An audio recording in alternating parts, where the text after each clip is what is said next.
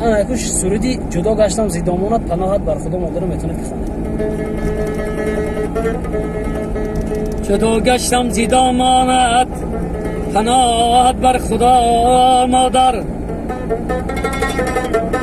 دل و جانم به دستانت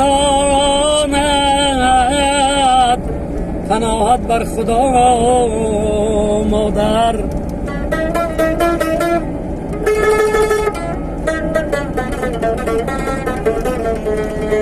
ببخشم شیری پاکت را، سرودی در ناکت را، فرزندی غزل خواند پناهت بر خدا مادره.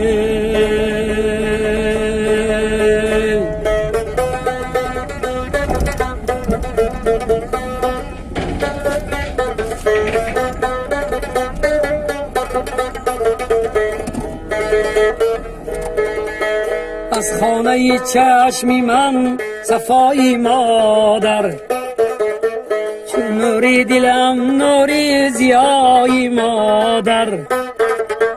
وای مادر جان مادر جان مادر،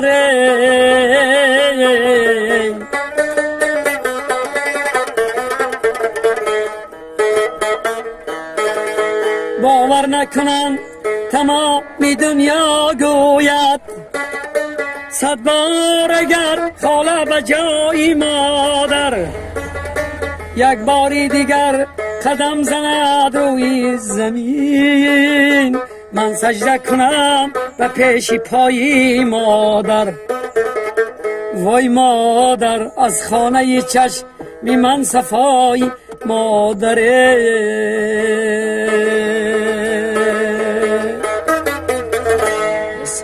زنده باشه. در نوار آینده دوستان عزیز سرودی چی بود؟ کدام بود؟ اولا از راه دور. اولا از راه دور بر پدر جانم سلام را انتظار شود.